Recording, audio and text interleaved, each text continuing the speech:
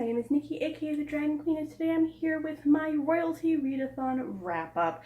Now for this, I did succeed at completing 4 of the 5 challenges, and I'm so excited that I did that.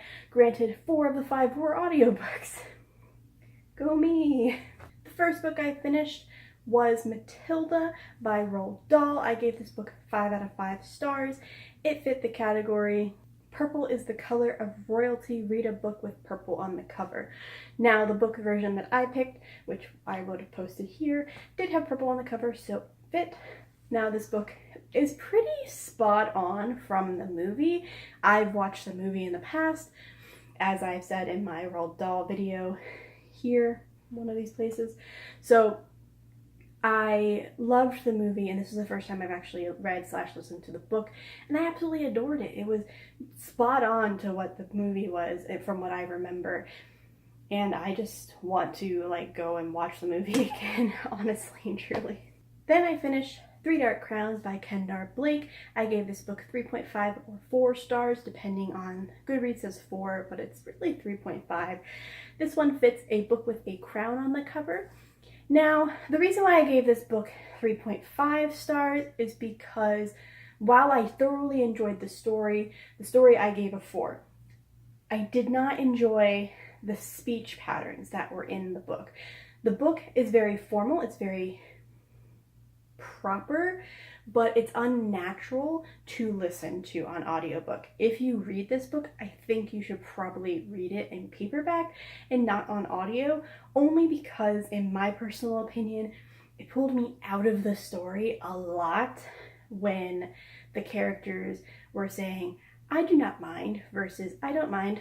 The way it was read was very monotone and very unimaginative, and it just felt forced and unnatural. And one of my biggest things with books is the characters and wanting to join in on their stories and follow along and be part of it. And when you're jarred on almost every conversation, whether it's officially formal and political or if it's just a normal friendly conversation, every single time with every single character it's nerve-wracking to me. But with that being said, I did enjoy the story. If you haven't heard about it, what rock are you living under? It is about 3 sisters who are, they're triplets, and they are born to a queen, and these 3 princesses are all raised separately. So there is a poisoner, there is a naturalist, and there is an elementalist.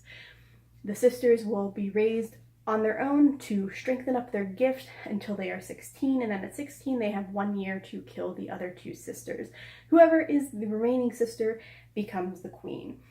So you're led down a path of trickery, tyranny, political, church inside the political system, and lies and falsehoods and all this chaos. And I want to know what happens, so I do want to pick up the next book, which just came out recently and is on #1 in the New York Times bestsellers.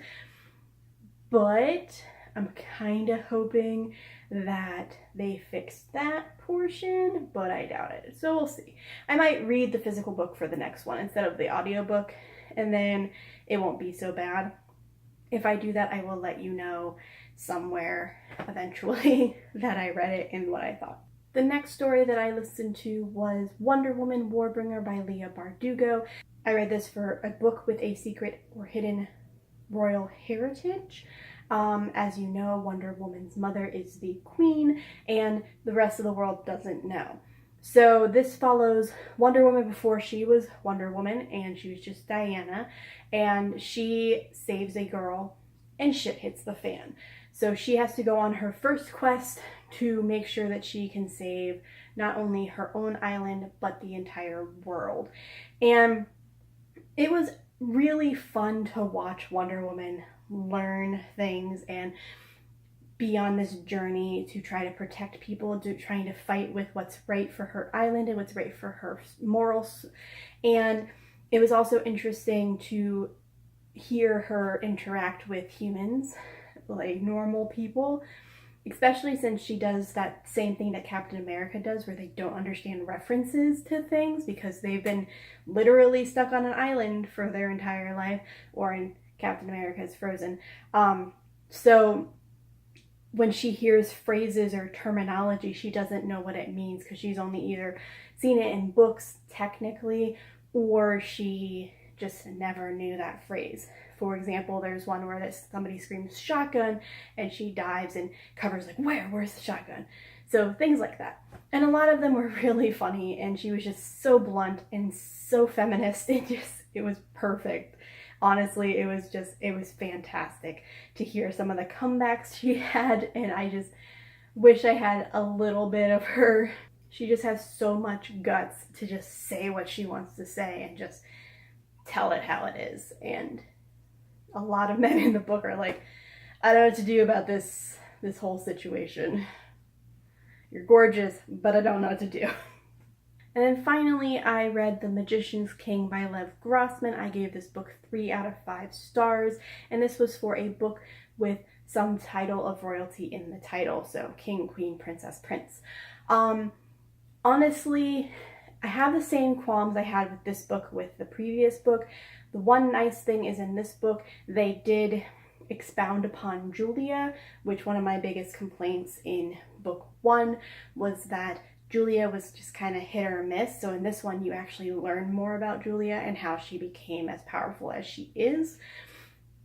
Though I really still don't like Quentin. I do not like him. I don't like his attitude. I don't like his personality. I don't like how he reacts to things. I don't like how he's handed practically everything on a silver platter and he's like, oh, I'm bored. I want something else. It just irks me so much. Quentin should not be the main character. Julia should be the main character. I want Julia to be the main character, please.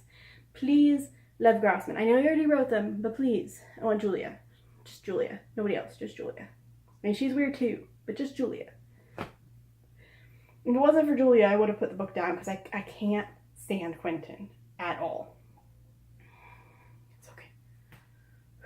Okay, so the only book that I wasn't able to finish was Dorothy Must Die by Danielle Page. I had this on paperback and I did plan on reading it today, but time got away from me and I had 5 more hours in my audiobook. I thought I would definitely get through that one, so I finished the audiobook instead. Were you participating in Royalty Readathon? If yes, what did you manage to finish out of the 5 categories? If no, what did you read in last week? I'd love to know. I read some other books in September. You can find those in my wrap-up down below or up here somewhere if I've published it already. And also, if you did not know, Spooky Shelfie, which is our Empty Shelfies October edition, is live officially. You should go check it out. This week only, I will be having a gift on Empty Shelfie's YouTube channel, and the gift is a copy of Immortal Slumber by S.L. Perrine. All you have to do is a little challenge, and you can find out more information over there. Like it if you like it, subscribe if you want to, and this is the Dragon Queen signing off.